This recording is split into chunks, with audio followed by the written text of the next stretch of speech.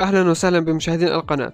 سعر الدولار والعملات في السوق السوداء اليوم الأربعاء 30/11/2022 في مصر. في البداية فضلا وليس أمرا الاشتراك بالقناة وتفعيل الجرس على الكل يصلكم كل جديد، وبالرجاء إعجاب الفيديو بلايك. أما سعر الدولار والعملات اليوم فقد سجل اليورو الأوروبي شراء 25 جنيه فاصلة 98 قرش، بيع 26 جنيه فاصلة 28 قرش، والجنيه الاسترليني شراء 29 جنيه فاصلة 85 قرش، بيع 30 جنيه فاصلة 19 قرش. الدرهم الإماراتي شراء 6 جنيه فاصلة 99 قرش، بيع 7 جنيه فاصلة 4 قروش. الدينار الأردني شراء 34 جنيه فاصلة 61 قرش، بيع 35 جنيه فاصلة 3 قروش. والدينار الكويتي شراء 77 جنيه فاصلة 48 قرش، بيع 80 جنيه فاصلة 32 قرش. الريال القطري شراء 6 جنيه فاصلة 64 قرش، بيع 6 جنيه فاصلة 88 قرش. والريال السعودي شراء 7 جنيه فاصلة 9 قروش، بيع 7 جنيه فاصلة 12 قرش. أما سعر الدولار اليوم فقد سجل شراء 26 جنيه فاصلة 59 قرش، بيع 27 جنيه فاصلة 11 قرش. وشكرا لكم.